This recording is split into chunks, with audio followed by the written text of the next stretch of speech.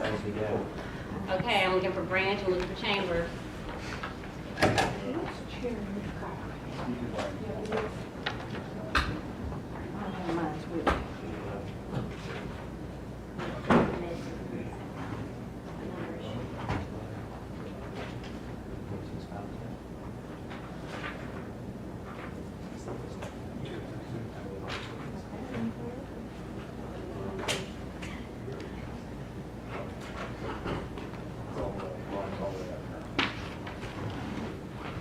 What's the issue? It was just a different setting the TV was on than what we need to connect to. Rectified it. Are you using this for opening? I don't believe we're using it for opening, Your Honor, but one for witnesses. Okay. So, I do have a witness list now.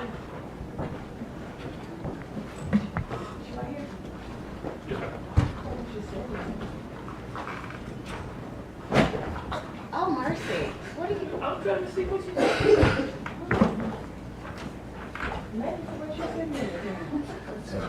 She said something with her chair. Swap it out.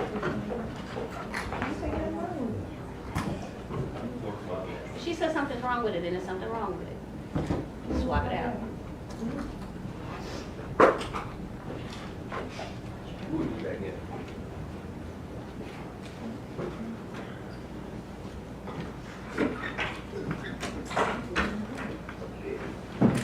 Is Mr. Isabelle ready? I mean, I'm just making sure, because I know he has some extra things he has to do.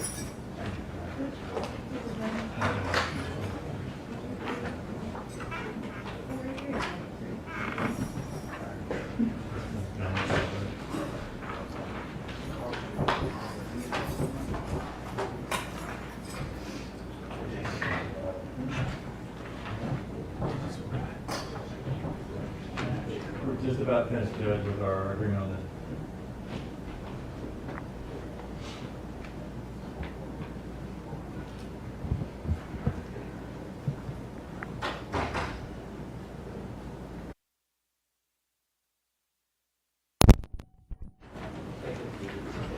sorry for my tardiness, Judge. Don't let it happen again.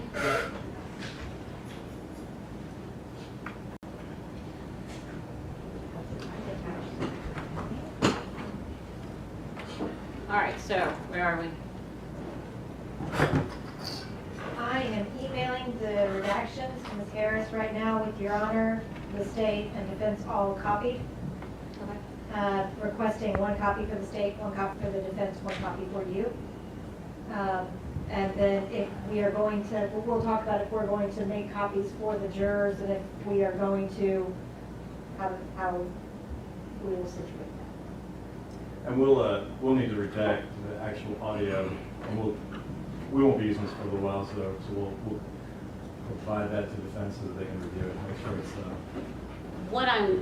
let me just be clear and let me understand. You all had 6 calls that you were concerned with. You were able to come to an agreement as to the calls, and the letters are not coming in. Yes. That's where we are. Yeah, Your Honor ruled on that. And none of these, and I ruled on the photograph, none of these jail calls transcriptions are coming in today. Correct. So I don't have to run back here and make copies for you right now. No. I just need to get it to you maybe before close of business. And we have a digital copy to everybody already. I just wanted the record to be complete. So as it relates to the items on your most recent motion, the letters are not going to be introduced. The phone calls by agreement have been redacted digitally. With the exception of Exhibit D and F, and those are excluded by agreement. Thank you. And we'll make copies of the transcript for the jury when the time comes, so everybody can have that to follow along. All right, so are we ready? We have one more matter, Your Honor. We'll be calling for the rule. However, we are requesting that April Campbell, who is the mother and grandmother of the victims, pursuant to the Victims' Bill of Rights, be allowed to sit in. She will be called rather early on in the proof, but she does have the right to be here. And Your Honor, I have no objection. And I will say, depending on when our expert, Mr. Newshatz, is able to be here, he is Jewish, so he's observing Rosh Hashanah today and tomorrow.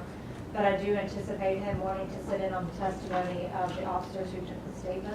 I believe you indicated that when we discussed expert testimony and when you continued to send emails asking for who was testifying, your response was you wanted your expert to sit in during the state's testimony. Yes, Your Honor. So I have no objection to their, to Ms. Campbell remaining in the courtroom, and I just wanted to make for the record that note. Call for the roll with the exception of April Campbell. You ready to get the jury in? I'm sorry. Are we ready to bring the jury in? I believe so, Your Honor.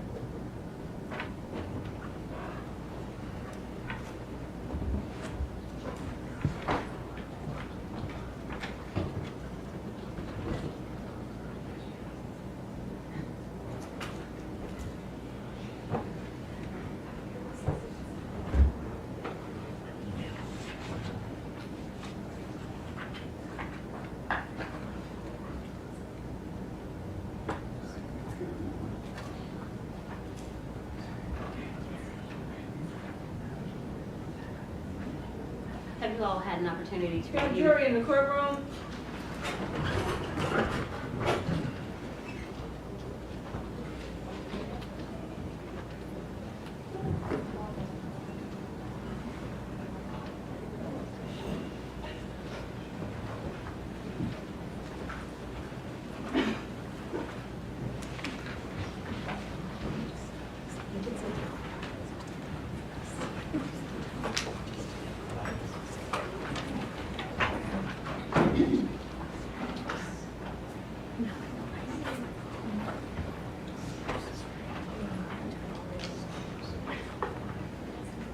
Did we get our coffee? Did we get our lunch? Yes. Are we awake? Yes. Thank you. Welcome back, ladies and gentlemen of the jury. This is the portion of the program where I give you some preliminary instructions. Throughout the last 2 days, you've been instructed that I would give you the law. Right now, I'm going to give you a basic outline of what to expect these next few days going forward. The defendant has been charged by the state of Tennessee with a violation of state law. The document containing the charges is referred to as an indictment. An indictment is the formal accusation charging a defendant with a crime and is not evidence of anything. The defendant is charged with first-degree murder, premeditated killing, 2 counts. First-degree murder, killing in perpetration of aggravated child neglect, and especially aggravated kidnapping. The essential elements of first-degree murder, premeditated killing, in counts 1 and 2 of the indictment are as follows: that the defendant unlawfully killed the alleged victim, and that the defendant acted intentionally, and that the killing was premeditated. The essential elements of first-degree murder, killing in perpetration of aggravated child neglect, in count 3 of the indictment are as follows: that the defendant unlawfully killed the alleged victim, and that the killing was committed in the perpetration of or the attempt to perpetrate the alleged aggravated child neglect, that is, that the killing was closely connected to the alleged aggravated child neglect and was not a separate, distinct, and independent event, and that the defendant intended to commit the alleged aggravated child neglect. The essential elements necessary to constitute aggravated child neglect are that the defendant knowingly neglected a child so as to adversely affect the child's health and welfare, and that the act of neglect resulted in serious bodily injury to the child, and that the child was 8 years of age or less. The elements of first-degree murder have already been set out and are previously explained in count 1 and 2 of this indictment. The essential elements of aggravated child neglect in count 4 of the indictment are as follows: that the defendant knowingly neglected a child so as to adversely affect the child's health and welfare, that the act of neglect resulted in serious bodily injury to the child, and that the child was 8 years of age or less.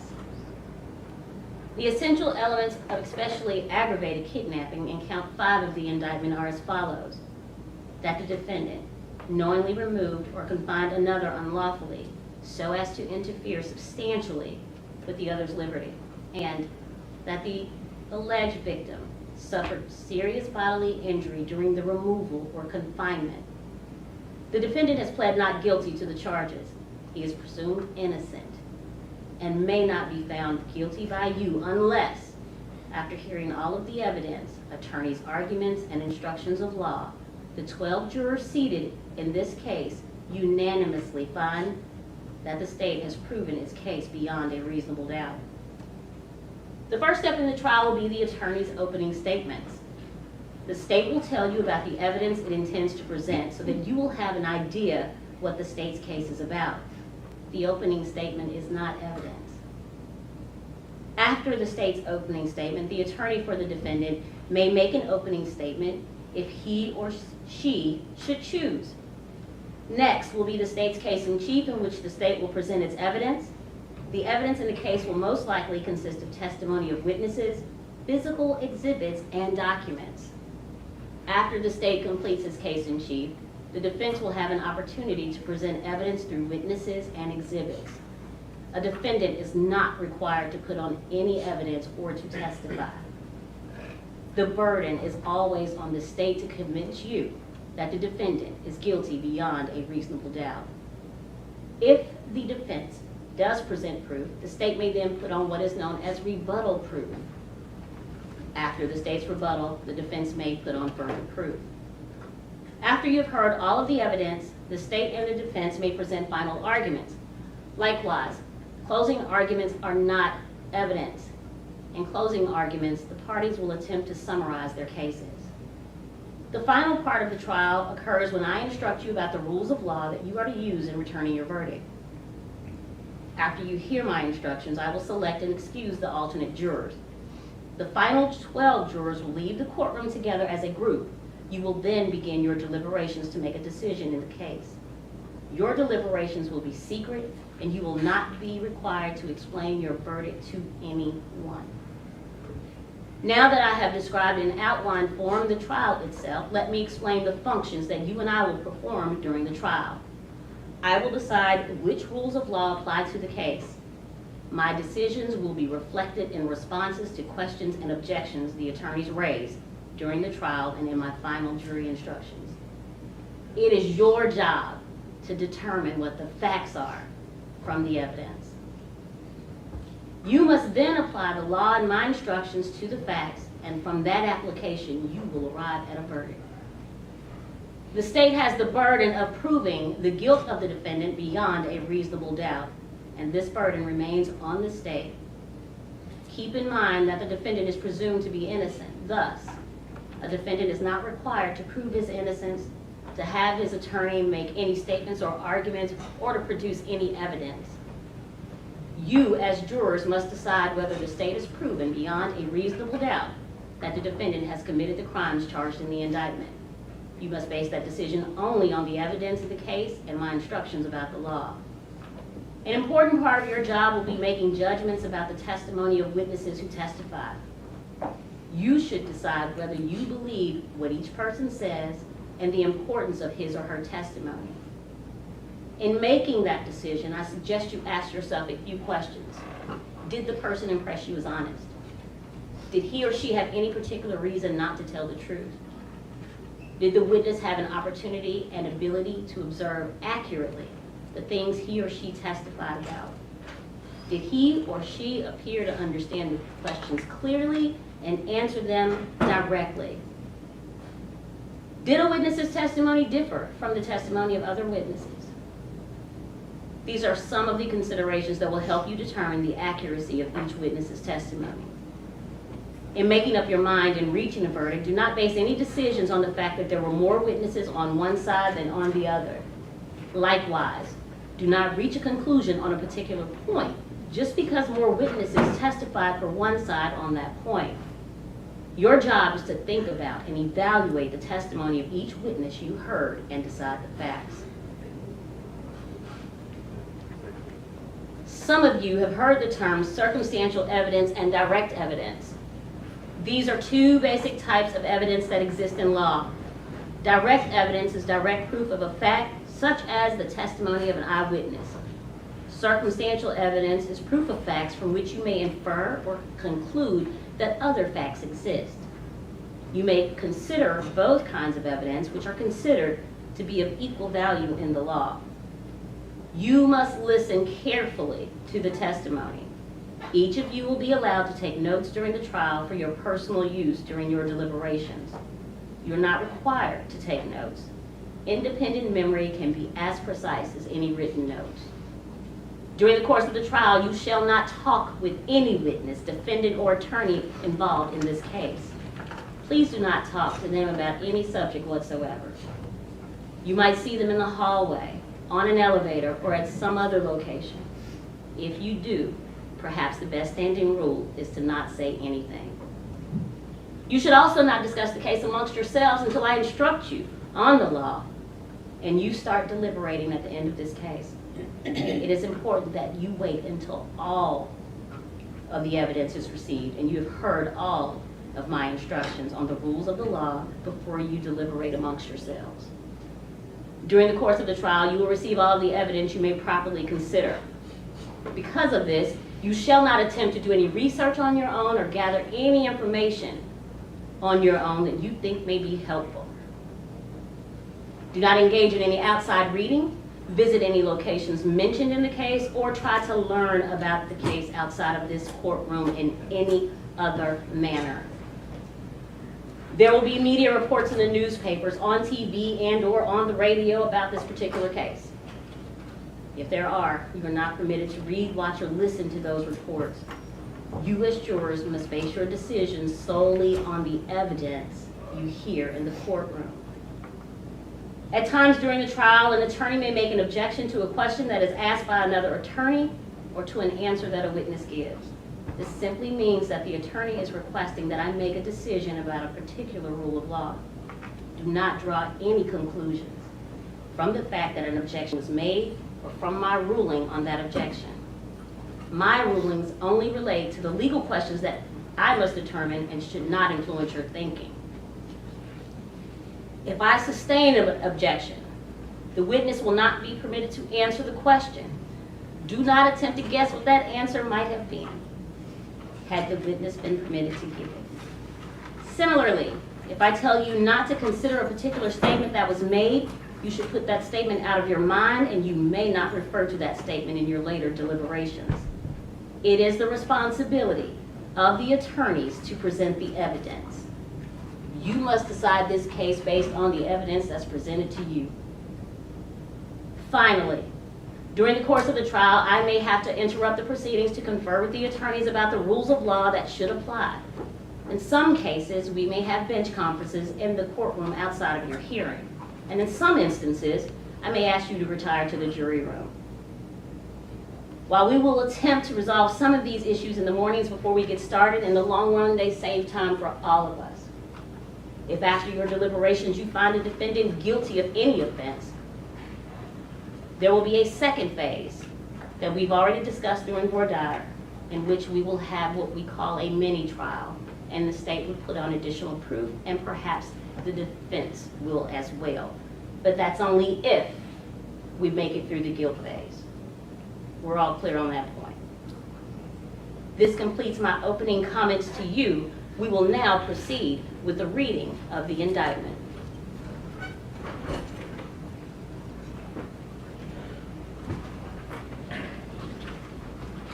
May I approach? Please.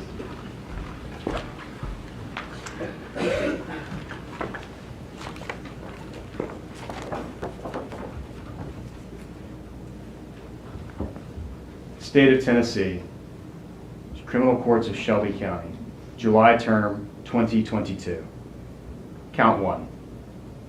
The grand jurors of the state of Tennessee, duly selected, impaneled, sworn, and charged to inquire for the body of the county of Shelby, Tennessee, upon their oath present that Brandon Isabelle, between January 30th, 2022 and February 3rd, 2022, in Shelby County, Tennessee, and before the finding of this indictment, did unlawfully, intentionally, and with premeditation kill Danielle Hoyle in violation of Tennessee Code Annotated 39-13-202 against the peace and dignity of the state of Tennessee.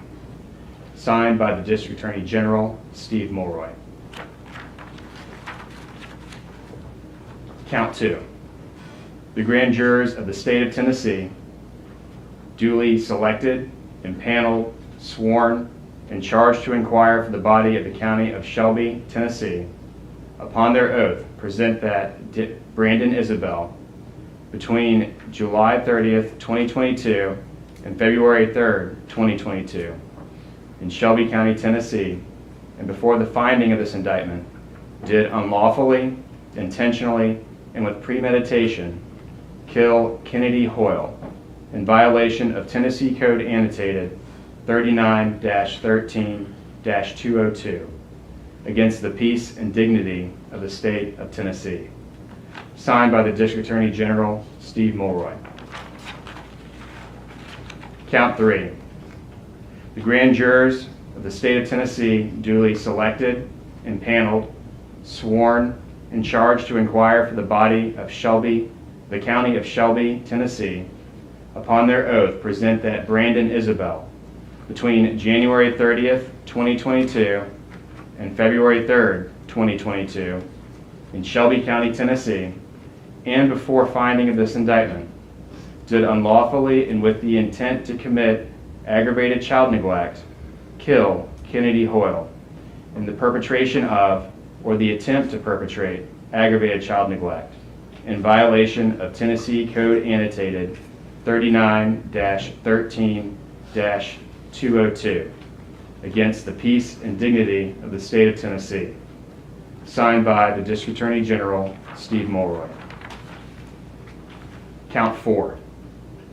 The grand jurors of the state of Tennessee, duly selected, impaneled, sworn, and charged to inquire for the body of the county of Shelby, Tennessee, upon their oath, present that Brandon Isabelle, between January 30th, 2022 and February 3, 2022, in Shelby County, Tennessee, and before the finding of this indictment, did unlawfully and knowingly neglect Kennedy Hoyle, a child 8 years of age or less, so as to adversely affect the health and welfare of said child. Such act resulting in serious bodily injury to the said child, in violation of Tennessee Code Annotated 39-15-402, against the peace and dignity of the state of Tennessee. Signed by the District Attorney General, Steve Mulroy. Count 5. The grand jurors of the state of Tennessee, duly selected, impaneled, sworn, and charged to inquire for the body of the county of Shelby, Tennessee, upon their oath, present that Brandon Isabelle, between January 30, 2022 and February 3rd, 2022, in Shelby County, Tennessee, and before the finding of this indictment, did unlawfully and knowingly remove or confine Kennedy Hoyle so as to interfere substantially with the liberty of the said Kennedy Hoyle, and said Kennedy Hoyle did suffer serious bodily injury in violation of Tennessee Code Annotated 39-13-305 against the peace and dignity of the state of Tennessee. Signed by the District Attorney General, Steve Mulroy.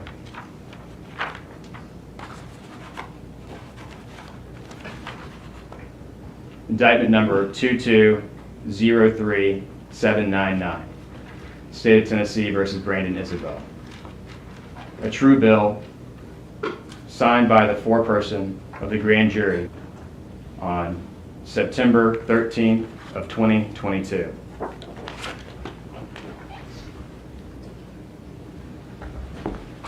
Ms. Fuchs, Mr. Massey, how does your defendant wish to plead to each count in the indictment? Your Honor, as to the charges listed in the indictment, Mr. Isabelle pleads not guilty. Thank you. Does the state wish to make an opening statement? We do, Your Honor. Go ahead, please.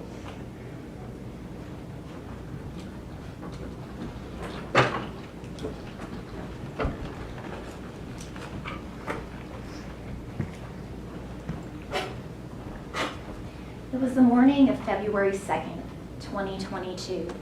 Cold, bleak. Mud Island, where the Wolf River meets the Mississippi, was colorless. Shades of gray and brown, except for a small baby cat, so out of place, lying on the riverbank, the only indication of what the defendant, Brandon Isabelle, did mere hours earlier. Danielle Hoyle was 27 years old, and she worked at FedEx. That's where she met the defendant, a meeting that would change the course of her life and so many others forever. They had a brief sexual relationship, and Danielle got pregnant with Kennedy. The defendant then started dating another woman, Artisha Stewart. She also worked at FedEx. To the defendant, she was the perfect woman. He wanted to be with Artisha, and he'd do anything to keep her. Late the night of January 30th of 2022, the defendant received word that Danielle was in labor at Regional 1. He went to the hospital, and during those late night hours and early morning hours, he was texting Artisha. Their relationship had been on the rocks for a while. Artisha didn't want to deal with another child or another baby mama in the mix. And so they were going back and forth. Artisha was talking about ending things, breaking up, and the defendant was trying to convince her to stick with the relationship. In the midst of these text messages, in the wee hours of January 31st, 2022, baby Kennedy Caitlin Hoyle, was born. Later that morning, the defendant met up with Artisha at Mud Island by the river to talk about the relationship, and nothing was resolved. Fast forward to February 1st of 2022. Danielle's released from the hospital with her precious newborn daughter, Kennedy. She takes the baby home to meet her family, and her mother, April Campbell, gets to spend one precious hour with Kennedy. She didn't know that that was the only time she would get to spend with her granddaughter, and the last time that she would see her daughter, Danielle, alive. Danielle left that night in her Chevy Cruze. She had Kennedy in her car seat in the back seat, and she was going to meet the defendant. He said that he had baby clothes for her, and so they met at a Mapco on Brooks and Elvis Presley. Somehow, the defendant convinced Danielle to drive down Sedgwick Road where it meets Levi, a desolate, deserted, dark road. Danielle pulled to the side of the road, parked the wrong way. The defendant exited his vehicle, opened the passenger door, and fired 5 shots into Danielle's car, striking her in the face and the head. He dragged her body from the car, leaving her face down in a ditch, so dark that all that could be seen were Danielle's bright pink shoes. He took Kennedy in her car seat from Danielle's car, put her in his Chevy Malibu, and drove away from the scene, leaving Danielle face down, blood gushing from her head in the muddy rainwater. For a while, the defendant drove around with little Kennedy. He eventually made his way back to 8072 Lathbury in Cordova, which is where he lived with his parents. He went inside the house, changed clothes, put his Adidas slides in the trunk of his car, and got back in the Chevy Malibu. Kennedy was still in the car, not even 2 days old. He had one more problem to take care of. He drove to Mud Island. Real-time crime center cameras show his car going up and down Island Drive until he finally stops at the old boat ramp. where the mouth of the Wolf River and the Mississippi meet. He took Kennedy from her car seat, grabbed her by the leg, and threw her into the cold, dark water, not realizing that her little baby cap had fallen from her head and lay resting on the riverbank. He got back into his car, and during this night, he's still texting with Artesia.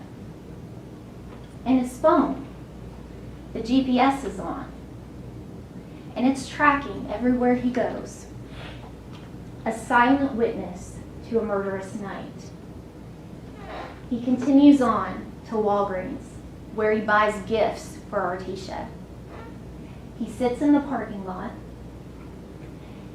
and he texts Danielle, asking about the baby, knowing that she'll never answer.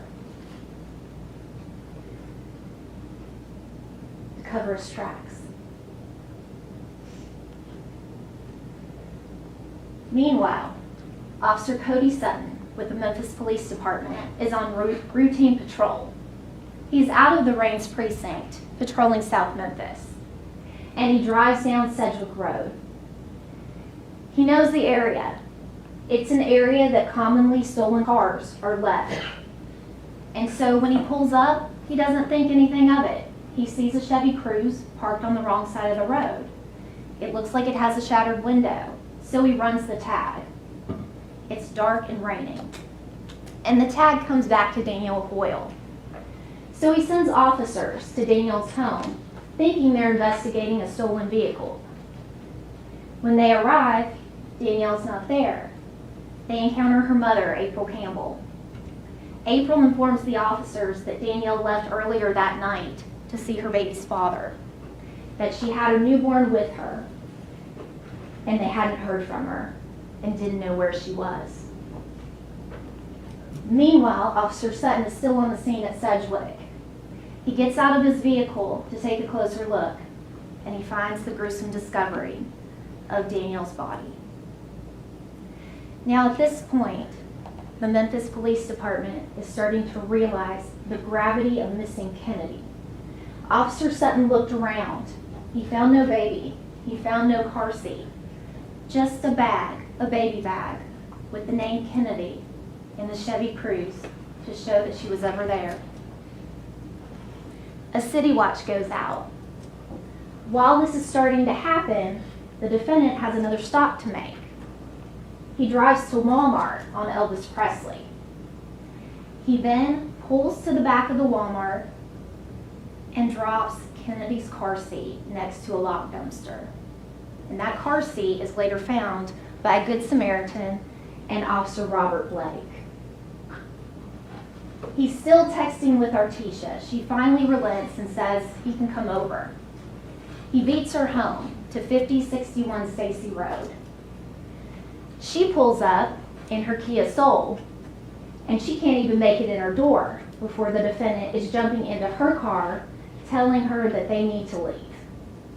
Danielle's family is out looking for him. They want to know where Danielle and the baby are. So Artesia drives him back to 8072 Lathbury in Cordova. That's where the defendant and Artesia Stewart are detained by the Memphis Police Department. Sergeants Wimbush and Boyd with homicide began to question the defendant. And through that questioning, it becomes apparent that they need to go to Mud Island. And so a frantic search begins for baby Kennedy on Mud Island. The Braden dive team with divers Hunter Winfrey and Kyle Borland. The Tennessee Wildlife Resource Agency with Agent Andy Tweed. Numerous MPD officers on the ground, air support, a helicopter, a drone, looking for baby Kennedy. But they didn't find her. All they found was that baby cat on the riverbank. As Sergeant Boyd and Wimbush continued to speak with the defendant, more information came to light. Sergeant Fowler and Officer Cole went to 5061 Stacy Road, Artesia Stewart's home. That's where the defendant had left his car, the white Chevy Malibu. They searched the car, and in the trunk of the vehicle, they found the Adidas slides that the defendant was wearing. Officer Carlisle took the clothing that the defendant was in when he was taken into custody. And he noticed that the defendant was wearing a pair of white socks with what looked to be blood on them. Officer Carlisle, the crime scene, processed both the Adidas slides and those white socks and used a presumptive test, which indicated blood. Those two items were then sent to the Tennessee Bureau of Investigation for DNA testing. Agent Stephen Walzak did the testing on those items and determined that the blood on the socks and the Adidas slides belonged to Danielle Hoyle. Ladies and gentlemen, once you've heard all the proof in this case, the witness accounts, the DNA, the video, once you have heard all the evidence, the state will ask that you find the defendant guilty of each and every count of the indictment. Does the defense wish to make an opening statement? Yes, Your Honor.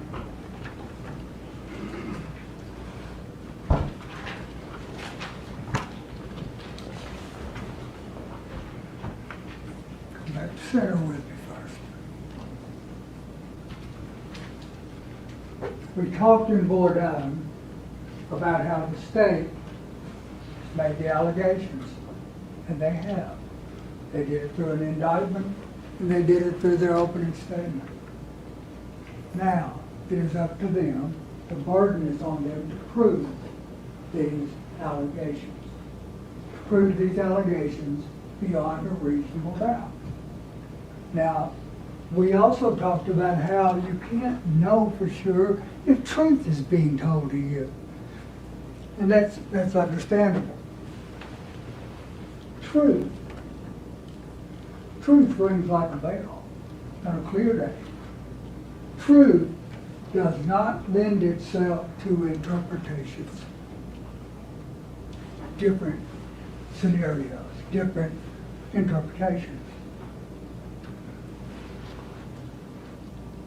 Beyond a reasonable doubt is like the same thing.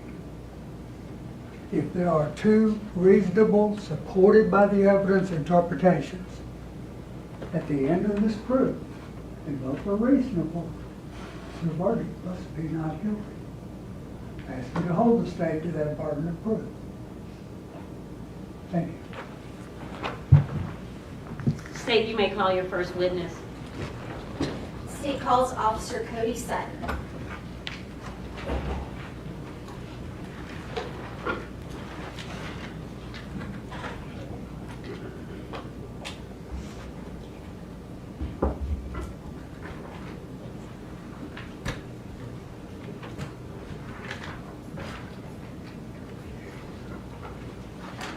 Officer Sutton, come forward.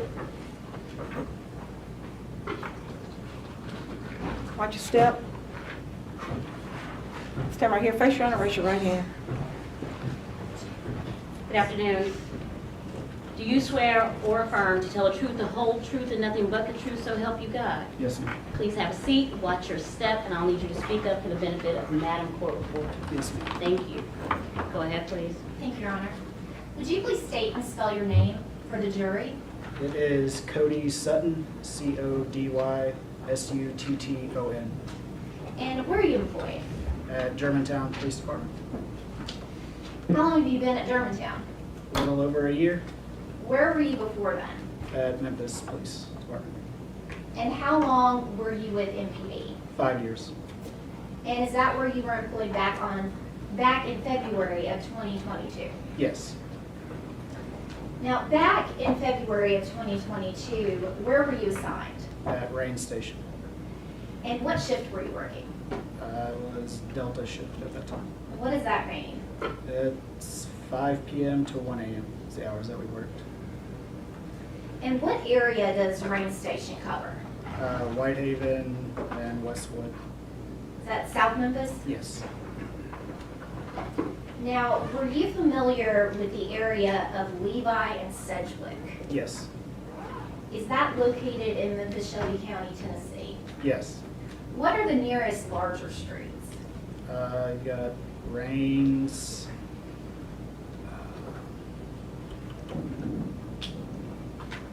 It's been so long since I've been over there.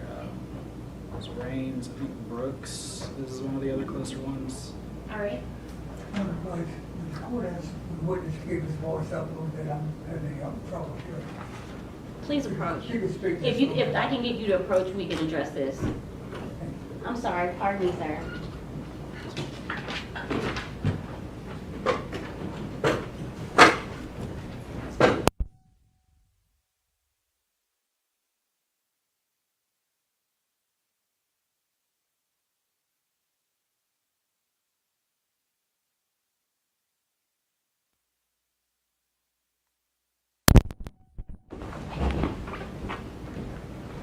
For the purposes of the record, I'm going to ask this witness to speak up for the benefit of counsel and as well as those who are joining us. If you, sir, could possibly raise your voice and maybe speak to that officer at the back door, Yes, ma'am. and that may help us all, okay? Thank you. I'm sorry, I apologize for the intrusion. Thank you, Your Honor. Now, Officer Sutton, can you describe the area of Levi and Sedgwick? The area of Levi and Sedgwick is it's a back 2-lane road. There's no street lights. It's very dark back there. No houses or anything like that. And when you would patrol that area, was that specific area known to you for a reason? Yes, ma'am. Very frequently we would find abandoned, stolen cars on that back street. Now, on the night of February 1st of 2022, were you patrolling in that area? Yes, ma'am. And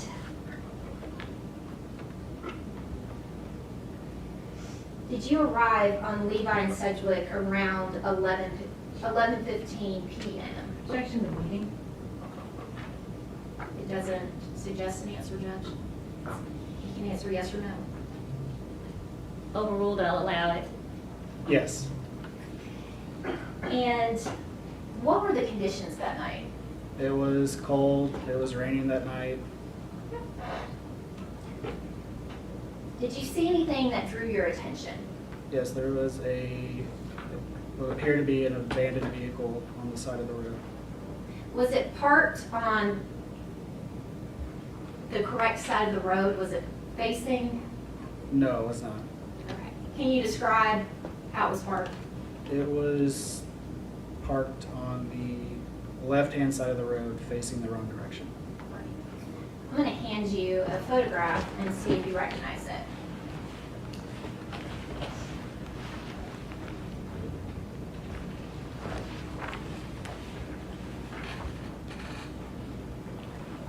Yes. And what is that a photograph of? That is a photograph of the vehicle that I found on the street. And is that how it appeared to you that night? Yes.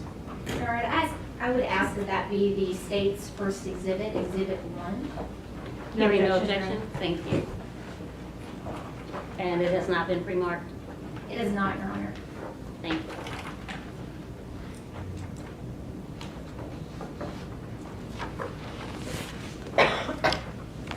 Your Honor, may I have permission to publish? Go ahead, please.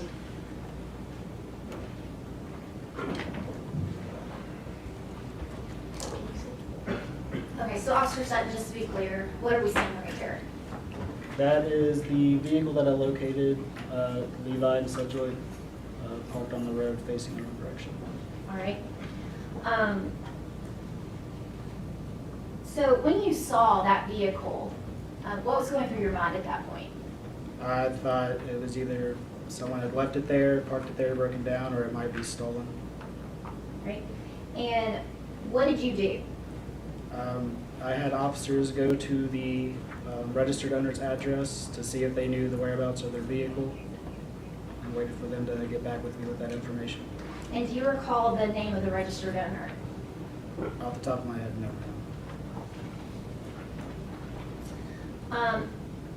And once officers went to that location, did you remain on the scene at Levi and Sedgwick? Yes, And did you receive information from those officers? I did. And what information did you receive? They told me that, Objection to hearsay? Judge, it's not being offered for the truth of the matter asserted, but to explain what the officer, the next actions that he took as a result of that information. Your response? Your Honor, then he can reply to what he did next. We don't need to provide the information that he was given through hearsay statements. Sustain the objection? Officer Sutton, once you received that information, what did you do? I got out and checked the vehicle, and that's when I noticed there was blood on the driver's side door. And did you continue to investigate? Yes, ma'am. And what did you find? I found the victim's body in the ditch next to the vehicle. Did you also look for a baby? Yes. Did you locate a baby? No. And did you take that step because of information that you received? Yes. Now, when you initially arrived on Levi and Sedgwick and saw the vehicle, did you have body cam on at that time? Not at first, no. Once you discovered the body, did you then turn your body cam on? Yes. I'm going to hand you a flash drive and see if you recognize it.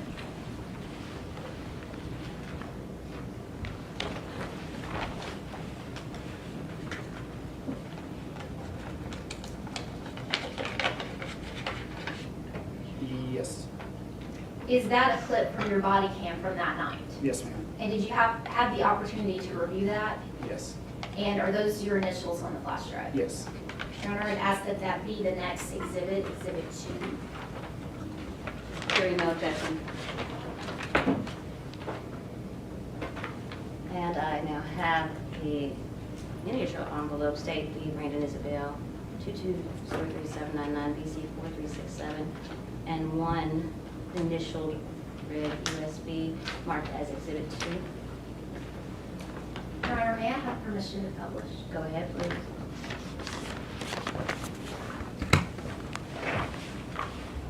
Okay, so Officer Sutton, what are we seeing here? That is a vehicle parked on the road. It's raining, it's dark. And at this point in time, have you called for additional officers? Yes. And did you also call for paramedics? Yes. Is that protocol in a situation like this? Yes.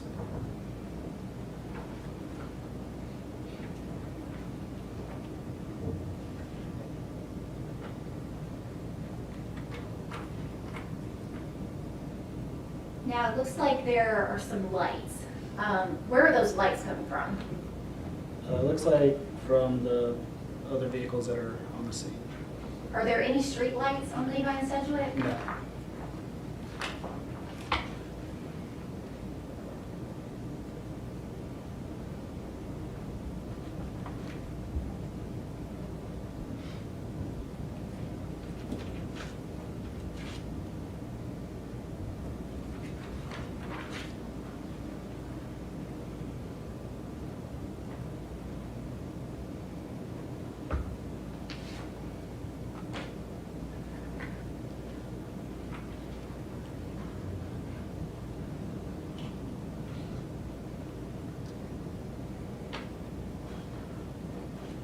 And does this clip just continue to show the scene as you were there?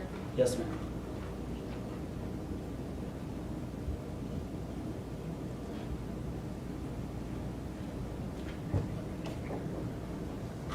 I'm going to hand you some photographs and see if you recognize them.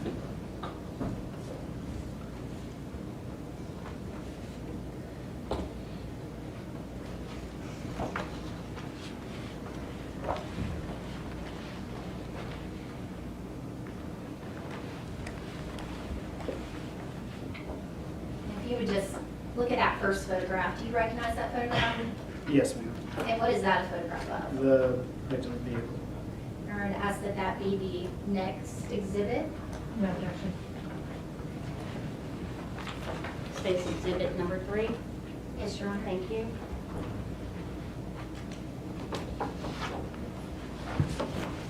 And the next photograph. Also the vehicle. And can you describe which portion of the vehicle we're seeing? This is the, looks like the passenger side of the vehicle. Your Honor, I'd ask that that be the next state's exhibit, exhibit 4. Hearing no objection, mark it as exhibit 4, passenger view. And Your Honor, we did review these before the witness began. Thank you. And the next photograph. Also the passenger side, so we have a close-up of the front end of the vehicle, the front half of the vehicle. Ask that that be exhibit 5.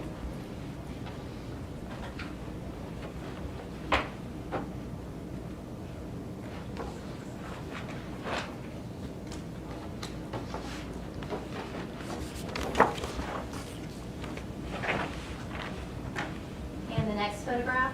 The driver's side of the vehicle, the broken front driver's side window.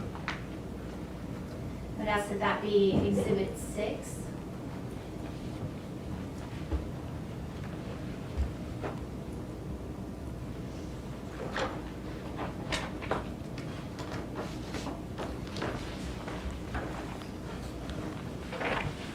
And the last photograph. It's going to be the interior of the front driver's seat, broken glass, blood on the seat. I'd ask that that be exhibit 7.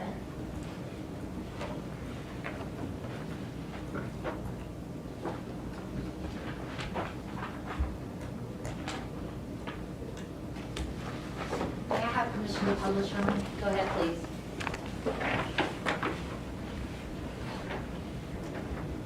So Officer Sutton, right here, what are we seeing? That is the victim's vehicle parked on the left-hand side of the road.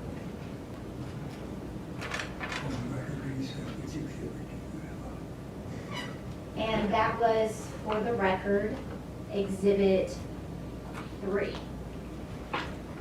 Now we're looking at exhibit 4. What are we seeing?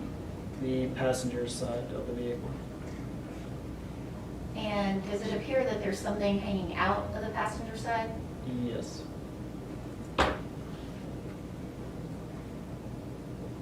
And that is exhibit 4. Exhibit 5. What are we seeing here? Also the passenger side of the vehicle, the front half of it. Was there anything about this side of the vehicle? Not that I remember. Okay. And exhibit 6. What are we seeing here? That is the driver's side of the vehicle, the broken window.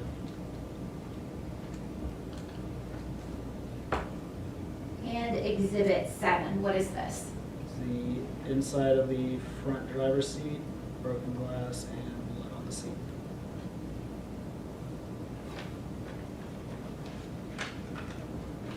I'm going to hand you another flash drive and see if you recognize it.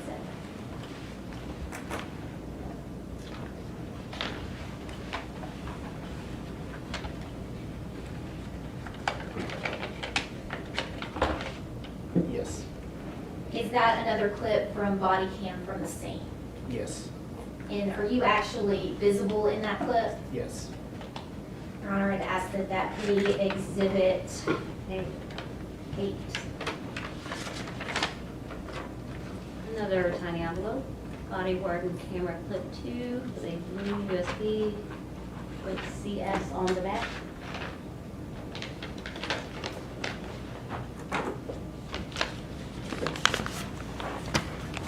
Your Honor, may I have permission to publish? Go ahead, please. Okay, Officer Sutton, what are we seeing? That is the vehicle. The victim's body is laying next to the vehicle in in the ditch.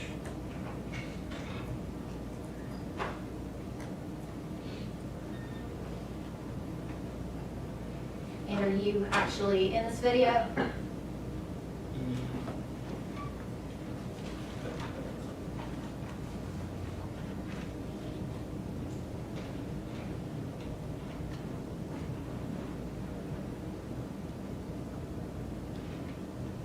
Let me rewind a little bit.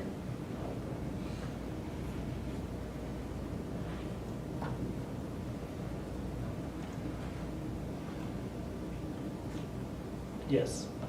Is that you that we see approaching? Yes. All right.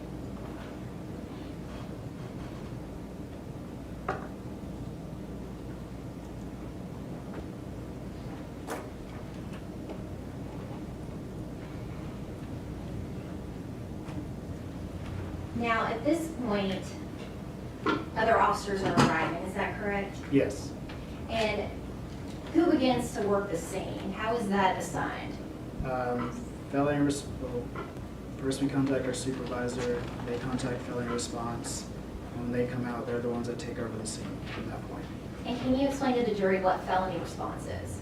Felony response is our bureau. They would come out on any felony cases that we had they pretty much took over the scene at that point. Are they the after-hours people? Yeah, Okay. And then at some point, did homicide make the scene? yes, And was crime scene also out there? yes, So is it fair to say there were several bureaus out there working the scene? yes.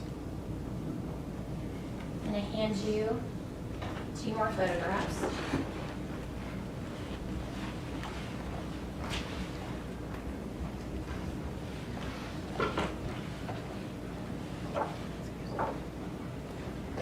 Do you recognize that first photograph? Yes. And what is that a picture of? It's a picture of the victim's body. And is that how it looked when you discovered the body? Yes. Your Honor, I'd ask that that be the next exhibit, Exhibit 9.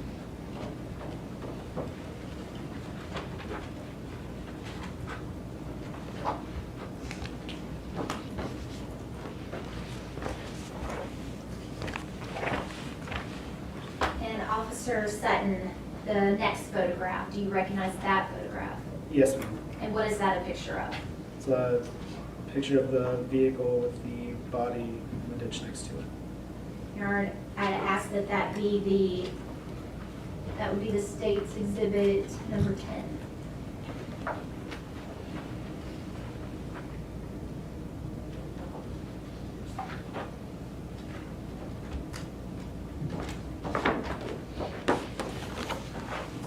May I have permission to pose, Your Honor? Go ahead, please.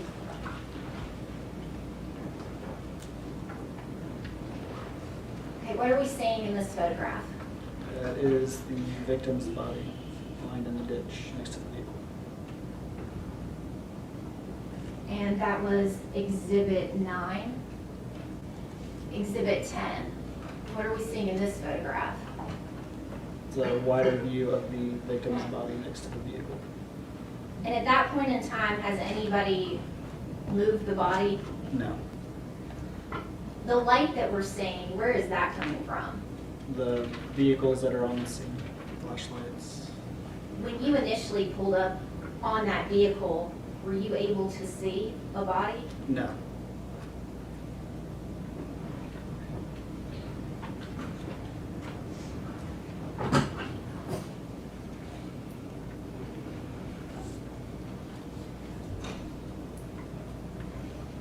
Now, looking back that evening, did you hear something earlier coming from that area?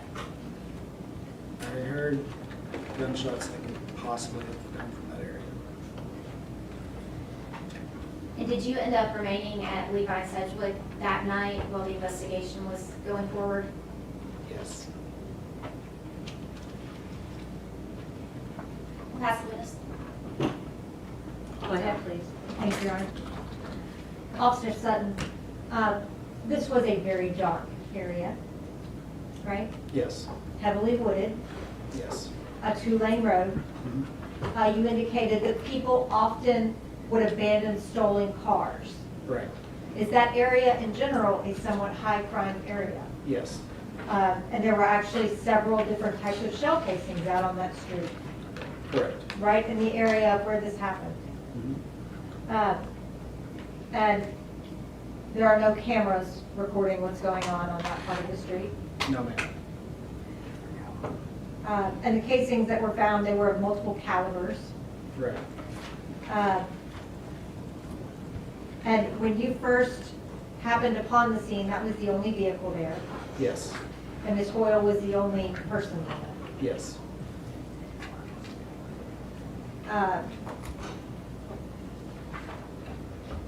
Do you recall how many different types of calibers were on the scene? I don't.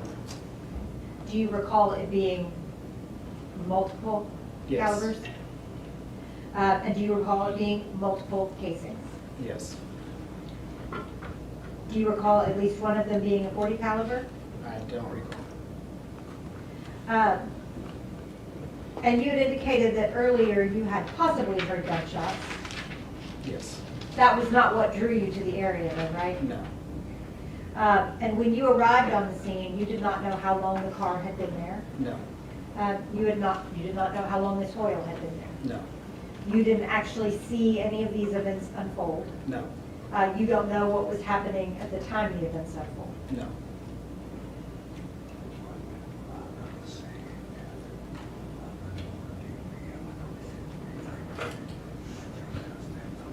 And just for clarity, you had said 23:14 on the time, or non-military time speak. That'd be 11:14 p.m., right? Correct. That's all I have, Your Honor. Any redirect from the state?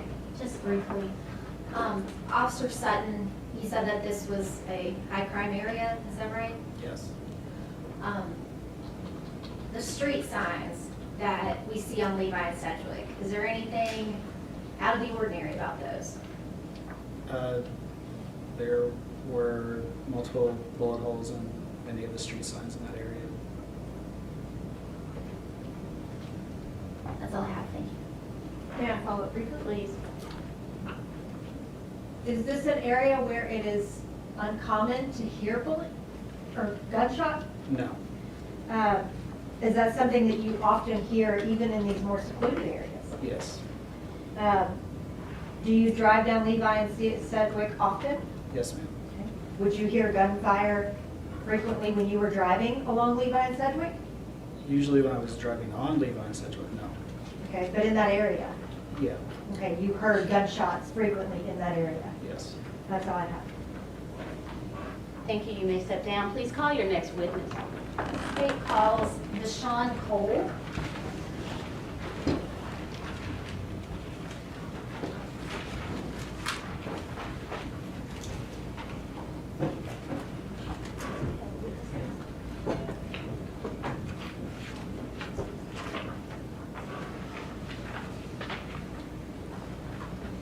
Mr. Cole, come forward. Watch your step. Stand right here. Face your honor, raise your right hand. Pardon me, sir. No problem. Do you swear or affirm to tell the truth, the whole truth, and nothing but the truth, so help you God? I do. Please watch your step. Have a seat and speak up for the benefit of Madam Court Reporter. Thank you. Would you please state and spell your name for the jury? Deshaun Cole, V as in Victor, I-S-H-A-W-N. Last name is Cole, C-O-L-E. And where are you employed? Memphis Fire Department, How long have you been with the Memphis Fire Department? 17 years. And what is your position there? Lieutenant / paramedic. And did you make a scene at Levi and Sedgwick on February 1st, 2022 into February 2nd of 2022? Yes, I did. And do you recall, what were you responding to? If I'm correct, it was a party down. Now, when you arrived at that location, were police already on the scene? Yes. Can you describe the conditions? It was raining. All you see is police lights, and it was cold that night. Was it a well-lit area? No, ma'am. And describe what you found when you arrived. Hey, we were told to go and there's a young lady laying in the ditch. We had to assess her. I'm gonna hand you a USB drive and see if you recognize it.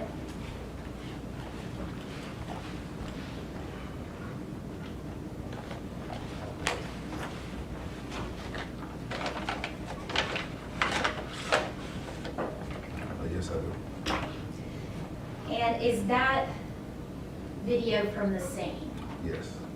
And are you actually in that video? Yes, I am. And you had a chance to review it? Yes, ma'am. All right, I'd ask that this be the next state's exhibit, Exhibit 11. Okay, we got a paragraph clip with the initials of BC, another tiny envelope, State versus Brandon Isabelle. Thank you.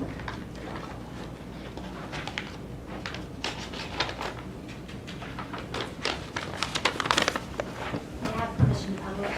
Go ahead, please.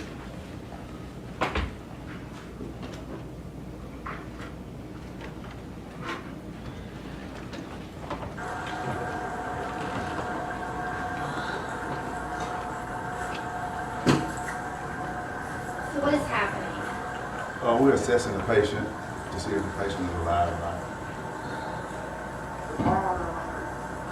And was there anything that you were able to do for the patient at that point? No, ma'am. What did you specifically do? We assessed her, checked her, to see if she was breathing anything, and put some electrodes on her to see if she had any heart activity. And is that a machine that you have? Yes. And what did you determine? But she was not alive.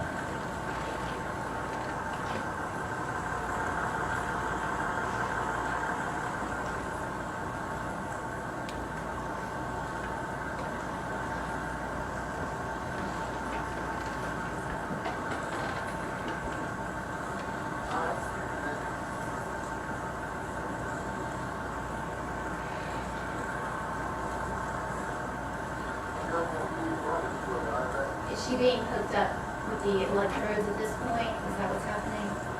They were taking them off.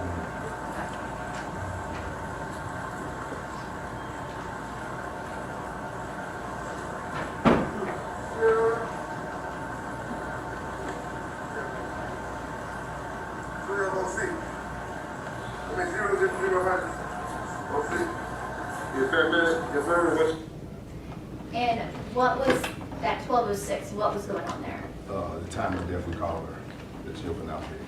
And were you the one that actually pronounced death? Yes.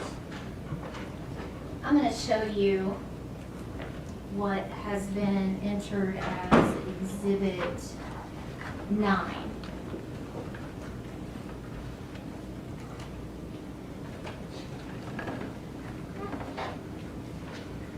Do you recognize this photograph? Yes. Is that the patient that you went out to assess? Yes, ma'am. And we're seeing a little bit of blue here, looks like on the torso and maybe on the arms. Yes. What are those? Those are called cardiac electrodes. So you as paramedics to assess her, put the electrodes on her? Yes.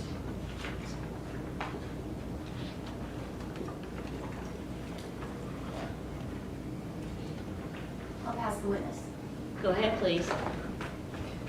When you say the time of death was declared at 12:06 a.m., that's the time it was declared, not the actual time of death, right?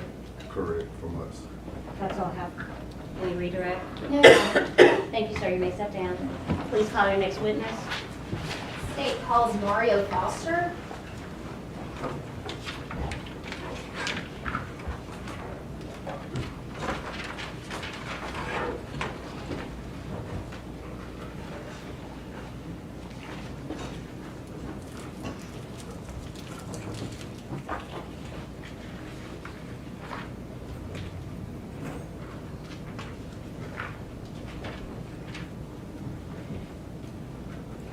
Mr. Foster, come forward.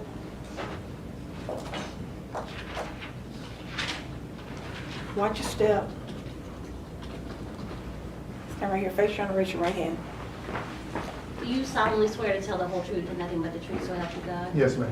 Thank you. Please watch your step and speak up for the benefit of Madam Clerk. Go ahead, please. Could you please state and spell your name for the jury? Mario Foster, Mario Foster, And where are you employed? Memphis Fire Department. And what do you do for MOD? I'm a driver / advanced EMT. Now, did you respond to a call in late night, February 1st of 2022 to the early morning of February 2nd, 2022? Yes, ma'am. And what was the station you were assigned to at that time? Station 39 on Elvis President Range Road. And did you go to a call in the area of Levi and Sedgwick? Yes, ma'am. And were you also with paramedic Deshaun Cole? Yes, ma'am. What was the scene when you got there? We pulled up, police were on scene, dark back road, it was raining, cold that night. Now, were you the one that was actually assessing the patient? No, ma'am. Did you look inside the vehicle? Yes, ma'am. And why did you do that? Being that we didn't have an ID on the patient, I was looking for mail, ID, purse, wallet, anything to identify the patient. I'm going to hand you a photograph and see if you recognize it.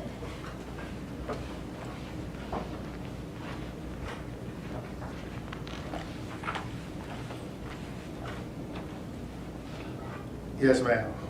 What is that a photograph of? Back seat, diaper bag.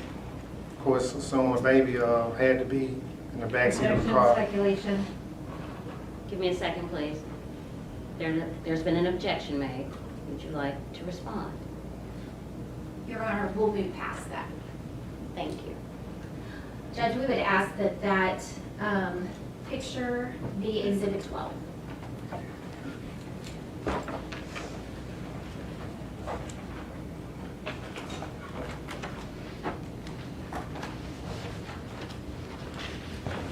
Honor, may I have permission to publish? Go ahead, please.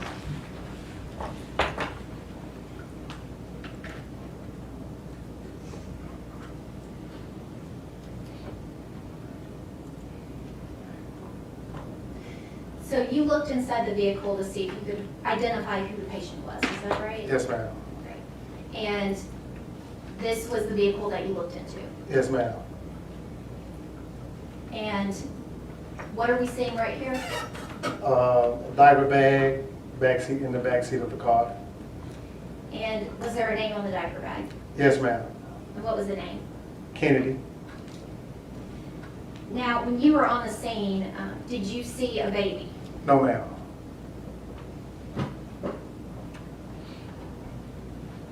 Now, later that morning, did you end up at Raines Precinct? Yes, ma'am. And what were you doing there? So we received a call unrelated to this call. If I remember correctly, it was an altercation between two people, and they called us to assess those patients. And what happened when you went into Raines Precinct? So as we were assessing those patients, we saw a lady walk in, and who we later found out was the mom of the young lady who we had just left. And a few moments after she walked in, we just heard a lot of yelling and screaming from her and the family members that she walked in with. And did you stand by in case any medical needs presented themselves? Yes, ma'am. And what was the demeanor of that woman? At the time, she just walked in, just normal. And again, like I said, after she found out, the news, she just broke down, started crying and screaming. I'll pass the witness. Go ahead, please. No questions, Your Honor? Thank you, sir. You may step down. Please. Pardon me, ladies and gentlemen. I'll be right with you. Please come forward. Thank you.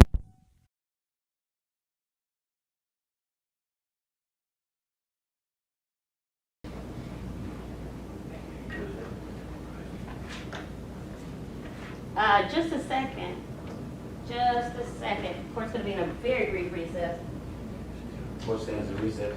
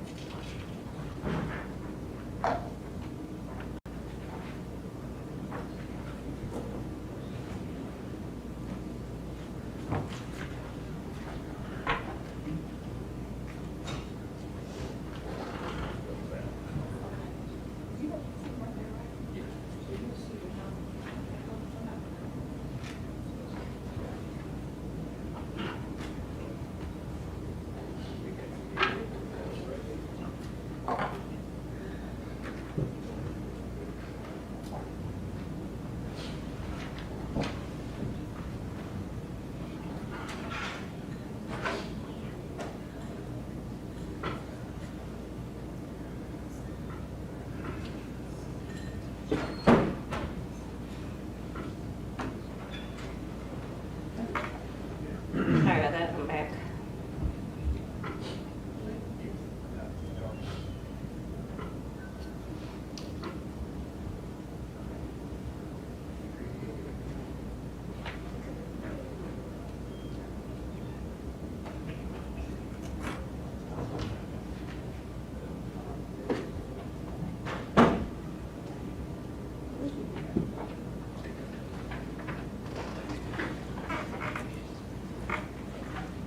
You're in the courtroom?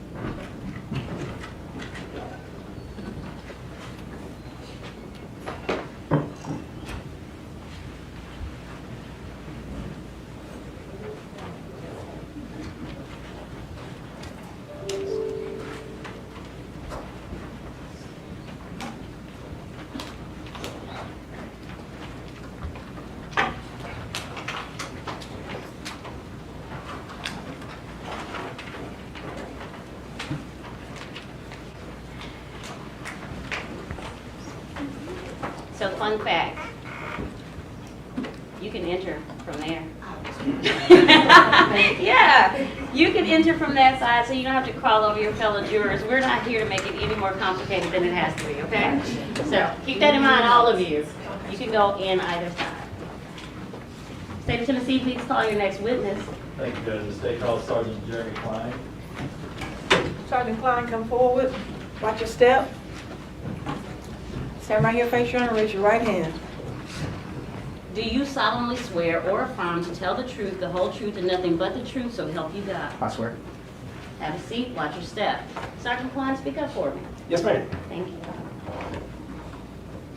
Good afternoon, sir. If you could, state your name and spell it for the jury and court. Sergeant Jeremy Klein, Jeramy, last name Cline. All right, I see you're carrying a gun. Where do you work? I work for Memphis Police Department in the Homicide Bureau. Were you assigned to homicide back on February 2nd of 2022? I was. And do you recall homicide involving Danielle Hoyle and Kennedy Hoyle? That's correct. Did you get assigned some tasks on that particular case? Yeah, my original task was to meet with April Hoyle at their house and kind of get as much information I can about Danielle's movements. However, when I arrived there, she wasn't there. She had changed locations over to Rain Station Precinct, and that's where I ended up meeting with April Hoyle. And did you have to deliver the news to her or deliver some bad news to her? I did. I basically told her that we found her daughter's vehicle and that we had found a female that had been killed outside the vehicle. At that moment, we didn't know if it was Danielle or not, just because the person, the identity hadn't been known to us. But I did inform Miss April that we were investigating a homicide. Did you also look into an Apple Watch? I did. At some point in time, we did return back over to April's house where Danielle's Apple Watch was at. April was able to give me the Apple Watch and give me the passcode to the Apple Watch. So we brought it back to the precinct and started going through some of the past messages that was inside the watch. And you were looking for things relevant to potential homicide or disappearance of a child? That's correct. were you able to find some things that were relevant or a text that was relevant? I did. I found a text that came in on February the 1st from a contact that was listed by Brandon. In that text, they were talking about the child, Kennedy, is what it seemed like. And Brandon's basically saying that he needed to be a father to his own child and was asking for the Kennedy to be aborted. And this is like a screenshot of a message that she had. I'm going to pass forward some photographs for the record. This defense has viewed those, and those are kind of in order. Sergeant Klein, you recognize the photograph? I do. What do you recognize those to be? This is a photograph of the Apple Watch that I looked through. And there's 3 of them, because we had to take 3 to get the whole message, is that correct? That's correct. Your Honor, if we could have this marked as the next exhibit, as a collective. Collective exhibit number 13.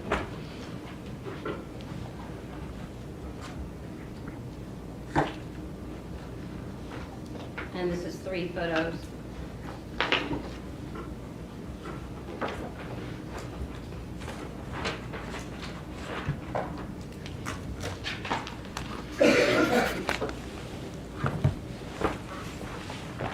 Yeah, if we could Go ahead, please. publish those. I'll put the first one up, Sergeant Klein. Make that possible to zoom in on that a little bit.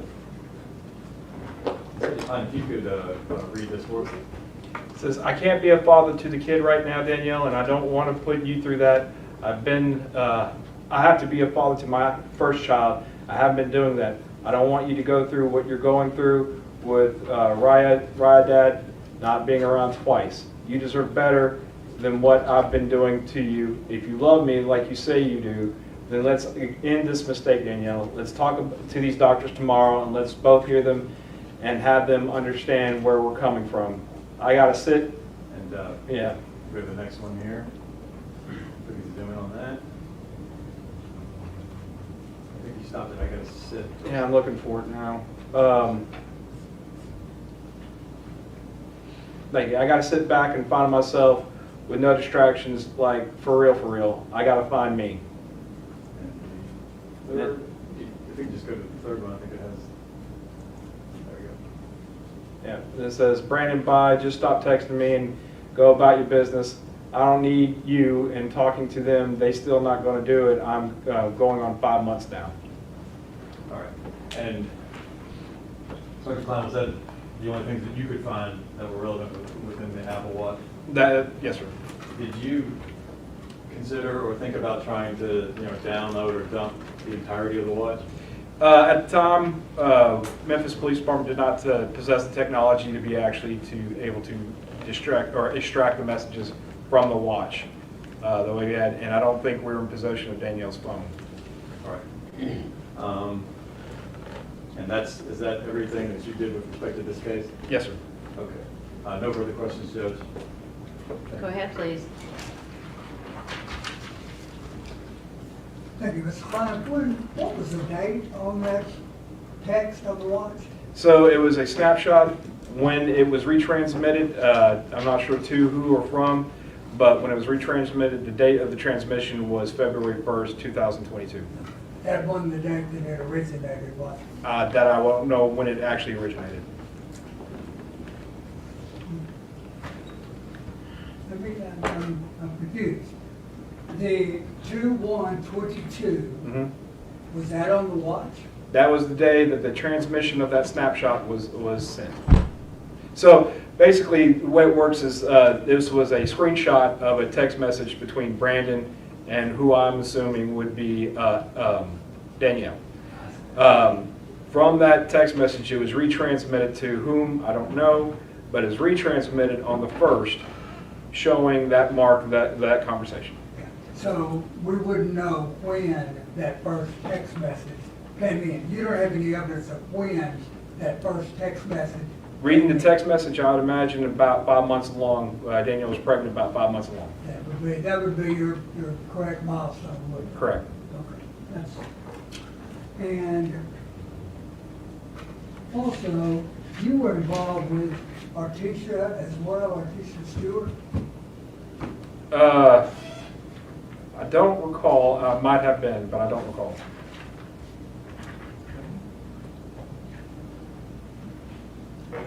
Did you help with the interrogation of Artesia Stewart? At this time, if I did, I took notes. I don't have those notes in front of me, and I do not recall.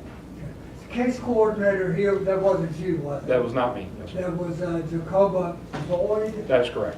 And would you tell the jury, please, what a case coordinator is? What do they do? Basically, case coordinator, or what we also refer to as lead investigator, he is the person who is in charge to make sure certain tasks are done within the case.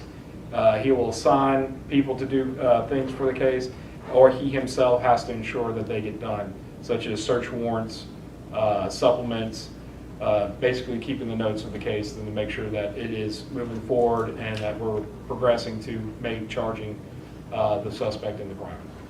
So he's kind of up here, and the people he's giving things to do are down below him, and he's giving them tasks. Well, yes, sir. In a sense, yes, sir. And those people that he gives tasks oftentimes write reports and send them to him. That is correct. And he makes decisions based on that. Correct. Okay.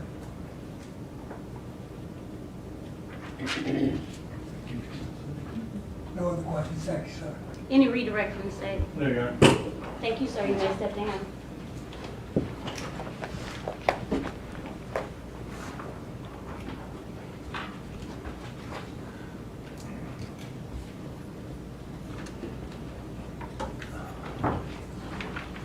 That's all that you have for today? Yes, sir. Thank you.